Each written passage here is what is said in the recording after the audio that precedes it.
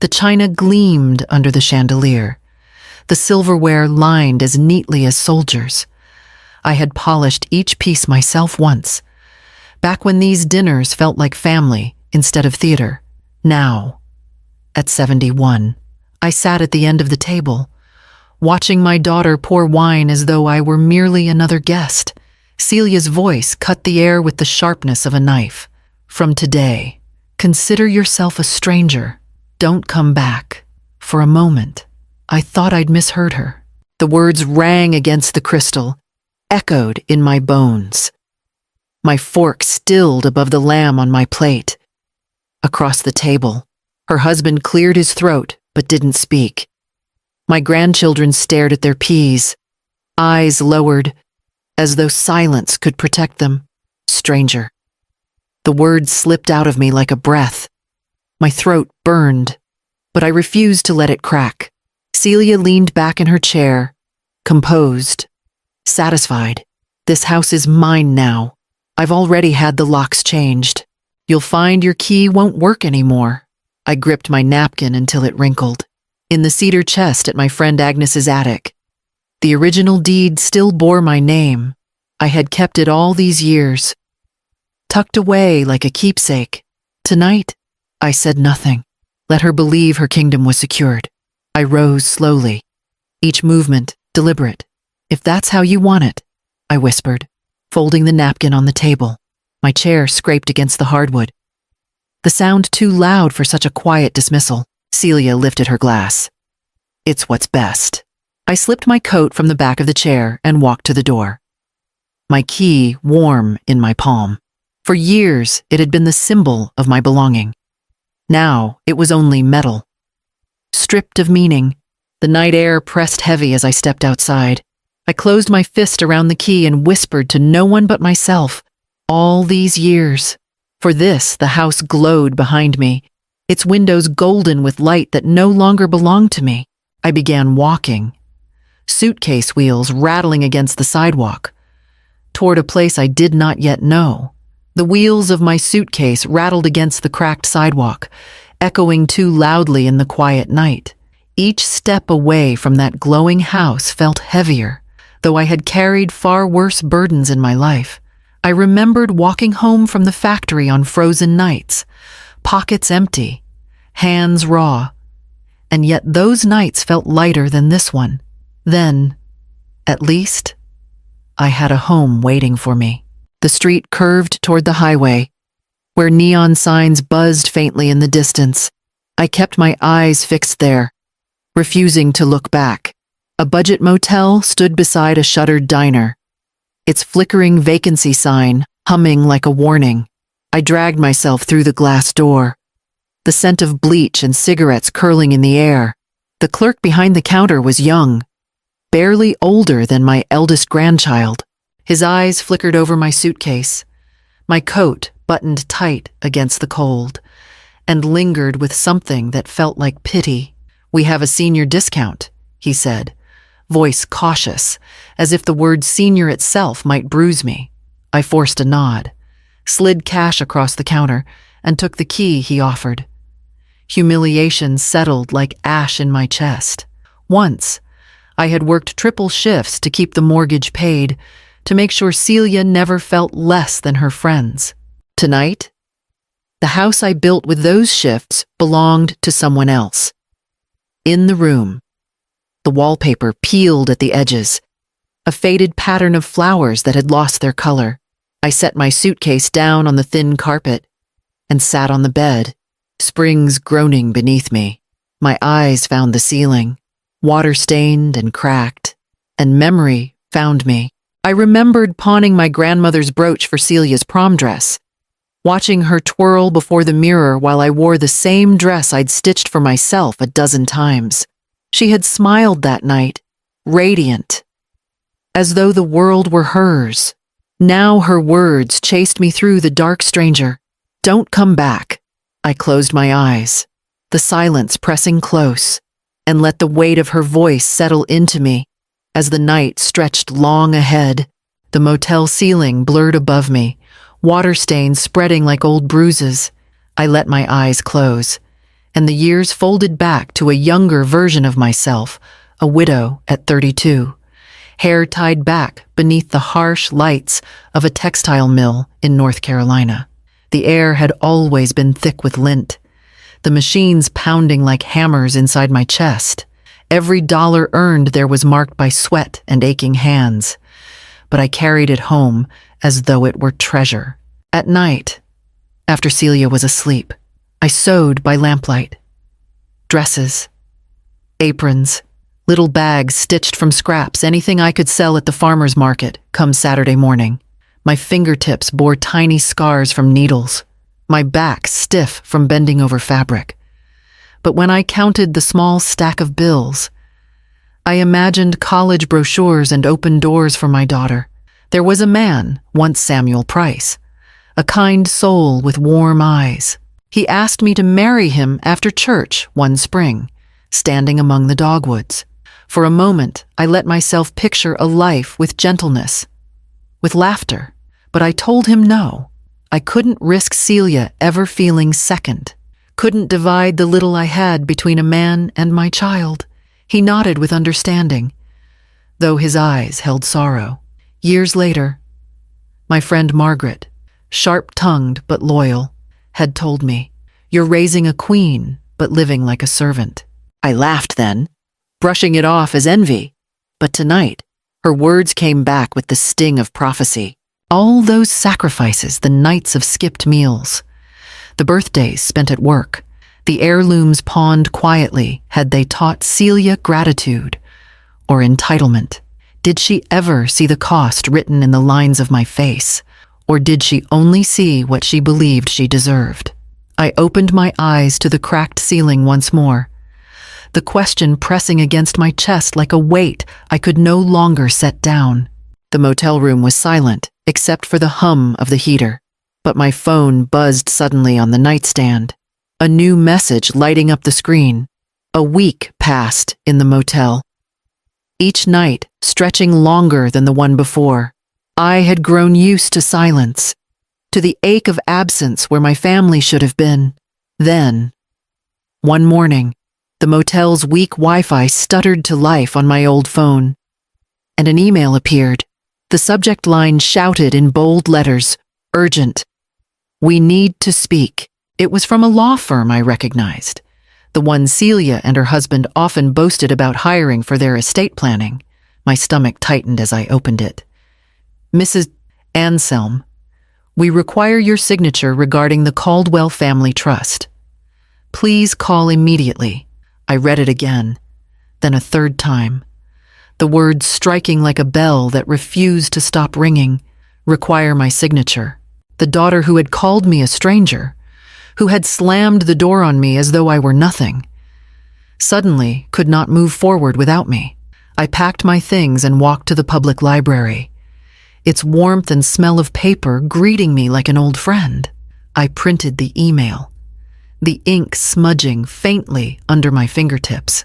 Holding that page, I felt a strange satisfaction spread through me, not triumph, not revenge, but something steadier, proof. In my mind, I returned to the cedar chest tucked in Agnes's attic. Inside it, the deed with my name still written clearly. I had kept it all these years. Though Celia never asked, never cared, she thought her locks could erase me. She forgot that paper holds memory longer than people do. I whispered, under my breath, the sound swallowed by the library's quiet. So I still matter, after all. The sentence felt unfamiliar in my mouth, like a language I had not spoken in years. Folding the paper carefully, I slid it into my bag, my hand steady for the first time in days. My phone buzzed again this time, a number I recognized all too well, lighting up the screen. I didn't call the number flashing on my phone. Instead, I tucked the printed email deeper into my bag and walked toward Sycamore Lane, where Aldous Keene lived. He had been my neighbor for decades, a retired attorney with a fondness for pipe smoke and crossword puzzles, and he had once owed my late husband a favor that was never called in. Tonight, I intended to collect, He welcomed me in with his usual dry humor, but his expression shifted when I laid the email on his desk. His hands, still steady despite the years, adjusted his glasses as he read. "Well?" he said finally. "Seems you hold more cards than they want you to believe." I listened as he explained the trust language, tapping key sections with a yellowed finger. I remained the primary beneficiary. No property could be sold. No assets shifted. Without my written consent, my daughter's empire balanced on the stroke of my pen. "They'll come to you," Aldous warned, "but not with honesty. They'll pretend at reconciliation. Don't believe it."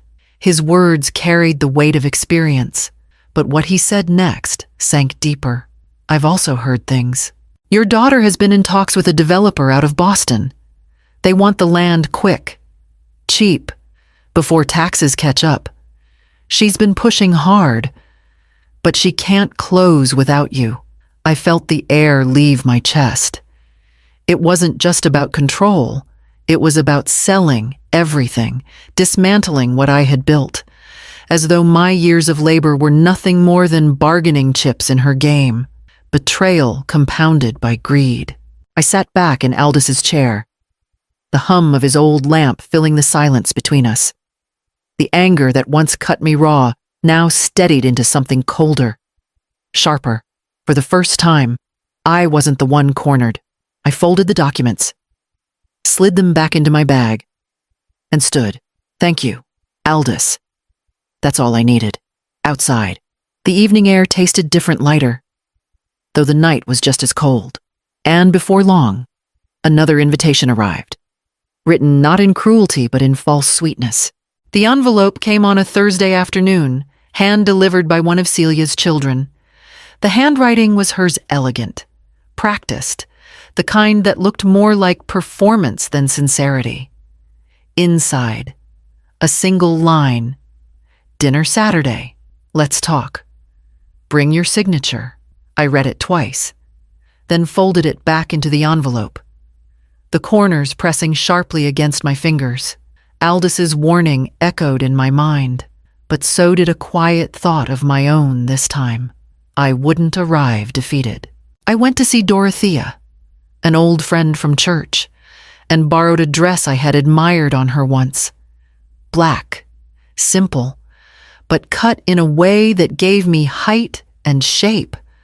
I thought I had long surrendered. When I slipped it on, the mirror returned a stranger one I was willing to become. I polished my shoes until the heels struck the floor like thunder. Saturday evening. I approached the house that once was mine. The windows glowed gold against the dusk, yet the curtains were drawn halfway, as though even the house itself was hiding in shame. My hand hovered over the brass handle before the door opened on its own. Inside, the dining table was set with polished silver, plates steaming with untouched food. My son-in-law rose stiffly, offered a nod, then sat again. The children shifted in their chairs, whispering with their eyes. Celia stood at the head of the table, her smile painted too bright, her voice sugar where last week it had been steel. "Mother," she said, stepping forward, "let's move past last week. Families fight, but we always come back together. Just sign, and we'll be whole again." I took my seat, the silence pressing heavier than any embrace. Her words floated above the table like smoke, sweet but choking. I laid my hands flat against the tablecloth and felt the pen already waiting beside my plate. The pen lay beside my plate, its silver barrel catching the light. Celia reached across the table and slid a neat stack of papers toward me. Her voice was gentle, practiced, the kind she used with clients she wanted to impress. Just a formality. Mom. A simple signature, and all this unpleasantness disappears. I lifted the pen, turned it between my fingers, and let the room hold its breath. My daughter's eyes sparkled with certainty, convinced I would yield as I always had. Then, slowly, I set the pen back down. Strangers don't sign papers. The words left my lips soft but sharp. slicing the air. Celia's smile faltered. Her husband's jaw tightened, and the children's wide eyes darted from one face to another, searching for cues in the silence that followed. The dishes sat untouched, steam fading into the air like promises evaporating. Celia leaned forward, her voice hardening. "Mother, don't be dramatic. This is about protecting the family, about stability." I folded my napkin carefully, smoothing the creases as though it were the most important task in the world. Then I placed it neatly beside my plate and rose. "No, Celia, this is about control, and you made your choice when you told me to consider myself a stranger. Don't be shocked when I honor it." The room seemed to shrink as I pushed my chair back. My heels struck the polished floor in measured rhythm, each step echoing like a verdict. Celia's husband muttered something under his breath, but no one stopped me.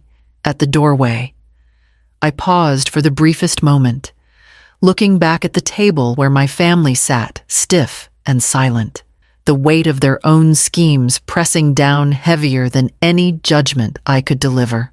Then I turned and left, the night air rushing against me like freedom I hadn't felt in years. The phone in my bag began to buzz as I walked down the drive, but I didn't reach for it, not yet. I knew desperation would not end with dinner. It was only beginning. By the end of the week, whispers had turned into headlines. The Caldwell estate was frozen. Every transaction stalled until my signature appeared. At the cafe on Main Street, neighbors leaned over their cups of coffee, voices lowered but loud enough for me to hear as I passed. All that pride. And now look at them. Couldn't even keep their own mother on their side. I kept walking, head high, though inside my chest a strange mix of sorrow and vindication churned. For years, I had been invisible in those same conversations, reduced to nothing more than Celia's mother. Now, my absence had become the story. Celia's influence waned quickly. The invitations that once filled her calendar dried up. Creditors circled like hawks, sniffing weakness where she had once strutted with confidence. My phone filled with messages, some pleading, some demanding. I forwarded every single one to Aldous, letting his steady hands guard my position. Then came the call I hadn't expected. A journalist from Hartford, her tone sharp but curious. "Mrs. Anselm, I've heard about the estate situation. Some say your daughter forced you out before this all began. Is that true?" I gripped the receiver tighter, imagining the story splashed across papers. My daughter's betrayal laid bare for strangers to consume. For a moment, the temptation glimmered. Justice by exposure, vindication in print. But I drew in a slow breath and answered simply, "No comment." The silence that followed carried more weight than any confession could. I hung up, the phone heavy in my hand, and felt a quiet satisfaction settle over me. I didn't need to shout. My silence was louder than any article, sharper than any scandal. That night, I sat by the motel window, watching headlights blur across the highway. For once, I didn't replay Celia's cruel words. I replayed her desperation, the frantic voicemails, the clipped tones, the crumbling facade. The power I once begged for now rested in my hands, steady and undeniable. And I knew the next step would not be taken in cafes or whispers, but in a courtroom, where silence would echo even louder. The courthouse smelled of polished wood and dust, the kind of air that carried the weight of decisions not easily undone. I sat at the long table, my hands folded in my lap, while Celia and her husband shuffled in across the aisle. Gone were their perfect smiles, their tailored confidence. Their faces were pale, shoulders hunched as if the very walls pressed down on them. The judge adjusted his glasses, his voice steady as stone. Without the beneficiary's consent, assets remain frozen.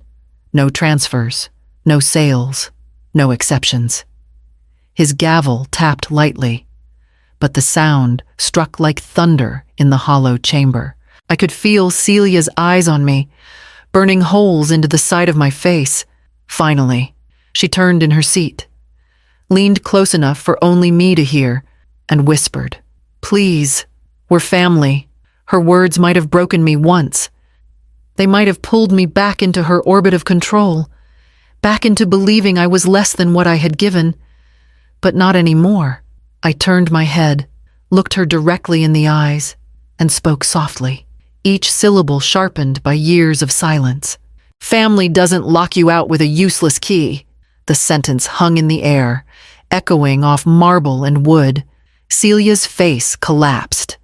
She covered it with her hands, her shoulders shaking, not with regret, but with the sting of losing what she thought was already hers. Across the aisle, her husband's jaw clenched, his eyes fixed on the table as if staring hard enough might change the truth written in the law. I sat taller than I had in years. Not because of the trust or the frozen estate, not because of the power they suddenly realized I held, but because I no longer needed theirs. The weight of their approval had finally lifted, and with it, the ache of being unseen. When the gavel struck again, I rose. Steady, heels clicking against the marble floor. The world outside those doors was waiting, and for the first time in decades, I was ready to meet it on my own terms. The lake in Maine greeted me with a stillness I hadn't known in years. Months had passed since the courthouse. Months of packing away what little I still owned and choosing not to look back at what I left behind. The cottage was small, its paint chipped in places, but it was mine. And the key on my ring fit the lock. That alone was enough. I rose with the sun each morning, slipping into the garden to tend the herbs planted in neat rows. Rosemary, thyme, a scatter of basil green things that asked for little more than water and time. Their steady growth comforted me, a reminder that not everything withers when neglected. In the evenings, I sat on the porch with a book resting on my lap. Sometimes I read, sometimes I only listened to the loons calling across the water. The neighbors waved when they passed, calling me Miss Anselm, the strong one. I smiled at that, though strength had never been the goal. Survival had been. Peace was the reward. One night, as the last light stretched across the lake, I opened my journal. The pen moved slowly at first, then steadier, the words unspooling from a place deep within me. They called me a stranger, and now I am one, but by choice. I closed the book with care, as though sealing a chapter I no longer needed to reopen.